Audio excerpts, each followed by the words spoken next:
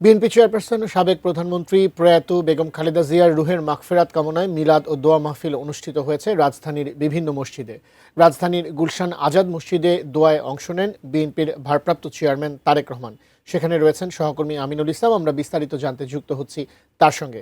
আমিনুল, দোয়া মাহফিল কি শেষ হয়েছে এবং তারেক রহমানের সঙ্গে পরিবারের আর কে কে ছিলেন বা নেতাকর্মী কারা কারা ছিলেন? তার আগের দিন তিনি মারা যান। তারপরে আজকে বিএনপির পক্ষ থেকে এবং পরিবারের পক্ষ থেকে তারা যে দোয়ার আয়োজন সেটি এই গুলশানের সেন্ট্রাল মসজিদে অনুষ্ঠিত হলো। বাদ আসরের নামাজের পর তারপর দোয়া শুরু হয়, দোয়া অনুষ্ঠিত হয় এবং দোয়া অংশগ্রহণ করেন বিএনপির ভারপ্রাপ্ত চেয়ারম্যান এবং বেগম খালেদা জিয়ার বড় ছেলে তারেক রহমান। তিনি উপস্থিত ছিলেন এবং তার পরিবারের সদস্যরা উপস্থিত ছিলেন। তার মেয়ে জাইমা রহমান উপস্থিত ছিলেন এবং তার ছোট ভাই আরাফাত রহমান কোকর স্ত্রী এবং সন্তানেরা উপস্থিত ছিলেন।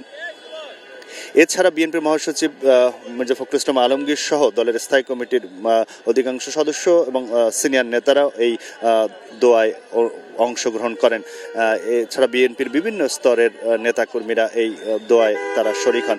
আমরা জানি আজকে শুক্রবার সারা দেশেই বেগম খালেদা জিয়ার জন্য জুমার পরে দোয়া আয়োজন করা হয়, সেখানে দোয়া হয়। এরপরে তার বিভিন্ন এছাড়া অন্যান্য ধর্মীয় উপাসনালয়েও তার জন্য দোয়া করা হয়। আমরা দেখেছি বেগম খালেদা জিয়ার জানাজাতে অসংখ্য মানুষ উপস্থিত হয়েছেন।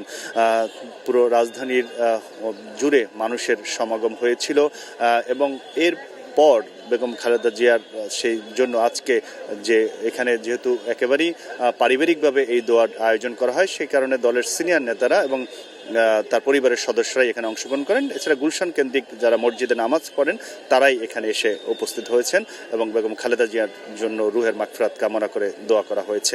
আজকে শুক্রবারকে সারা দেশেই এই দোয়ার আয়োজন করা হয়েছিল বিএনপির পক্ষ থেকে।